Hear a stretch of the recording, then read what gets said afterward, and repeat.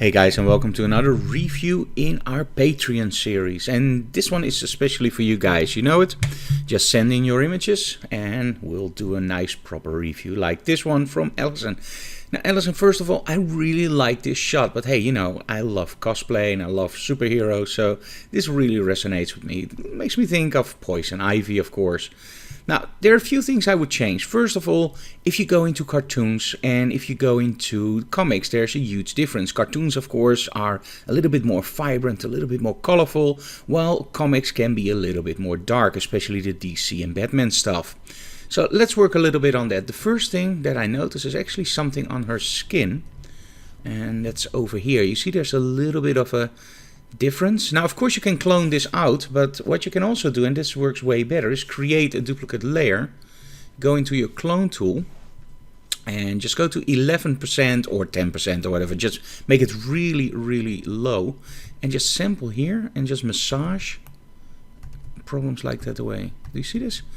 So this is way better than just using filters. You can literally but follow the jaw lines.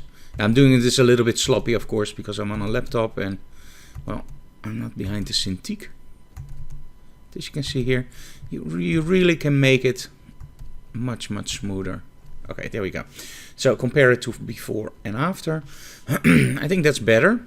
Now also take a little bit of your healing brush and just sample around here and just take out a little bit under the eyes. It makes it a little bit more surreal or comic-y or whatever you want to call it. It just looks a little bit better for me. Okay, so there we go, and take out these while you're at it.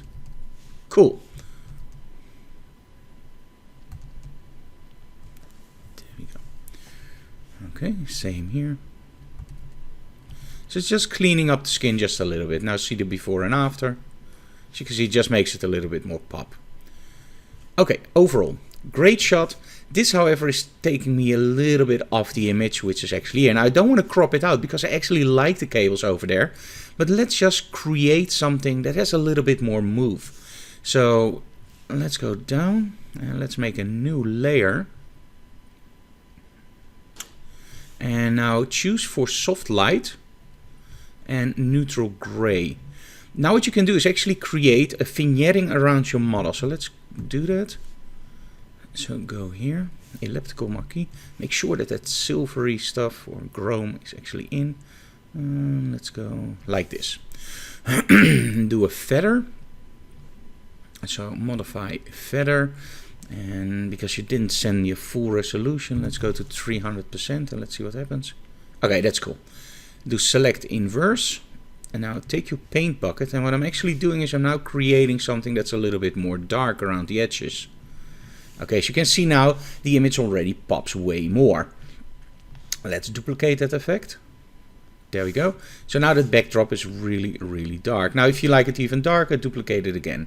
But I think, well, you don't need it too much. So just pull down a little bit. Here we go.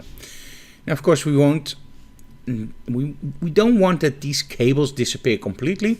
So what I do now is I will actually take a brush with white paint and do it around like 28% or whatever, or 30%, and just paint the cables back in.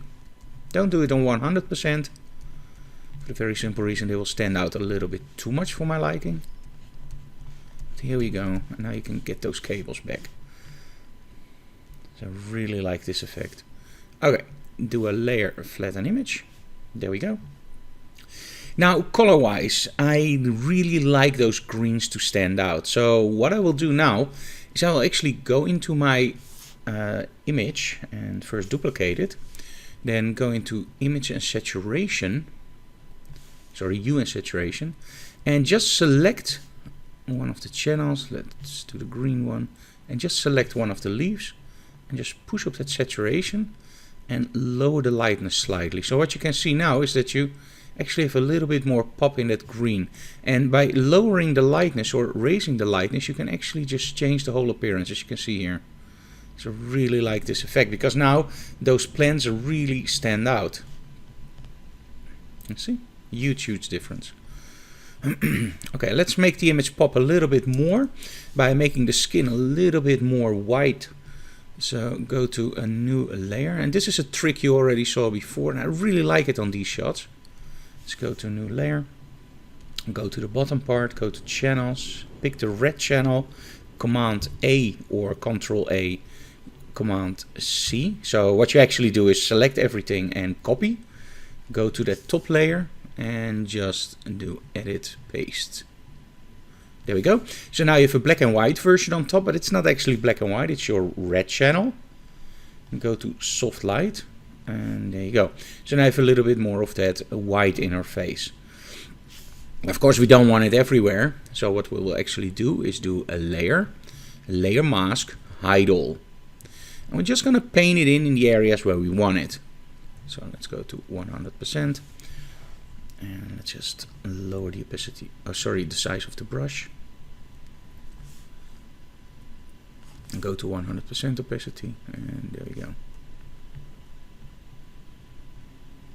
Of course you have to do this a little bit more zoomed in on the full resolution shot if you want it really nice, but for now I think you get the idea, right? Okay, cool. So see you before and after. It really makes her pop.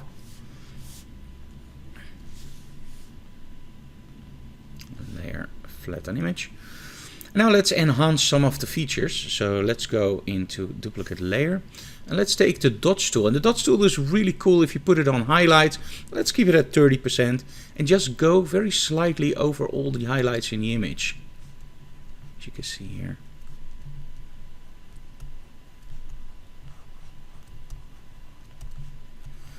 And here you can also make sure that her feet get a little bit more attention, because they were buried a little bit in the dark. Maybe a little bit here. It's a little bit like Bob Ross, just painting the effects in. And this is the cool thing. This is actually in a technique called painting with light, where you can literally just paint the light in after the effect. And the cool thing is, it doesn't seem like I'm doing much until you do this. And you go like, oh, okay, that's a really big difference. Oops. And there we go. Now the final part, I would literally just tint this image slightly. So I won't do any plugins, because I don't know if you guys actually have these plugins. But I prefer, of course, plugins. Go to Adjustment Curves and just determine what you want. So in this case, let's go to the blue channel and just give the darkness a little bit of those blues, like it was shot at night, and then take it off on the top end. There we go. Go to the reds and actually just take it down from the shadows to make it a little bit even more bluish, and put it in around the skin tones and hair. There you go. So do an edit before, undo and redo. It's very subtle, but you can see that there's a huge difference. And there's many things you can do with a shot like this, but in all honesty, it already was a great shot, but this just gives it a little bit more.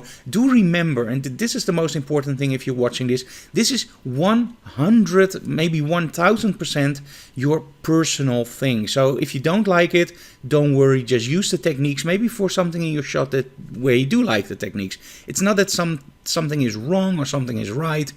It's just another way of looking at it, because I now actually see that her eyes are a little bit too dark. So let's go into 100%, and because we didn't crop yet, I can still use my history brush, of course. Yeah, those are too dark. So let's take that history brush. Just bring back those beautiful green eyes. Never thought I would say that. There we go. Okay, Alicyn, that's your shot. Guys, if you have any shots, remember, if you are a Patreon up a certain level, you can send in those images and you will get a similar review like this. I hope you liked it. And of course, well, thank you so very much for being one of our Patreons. Bye, guys.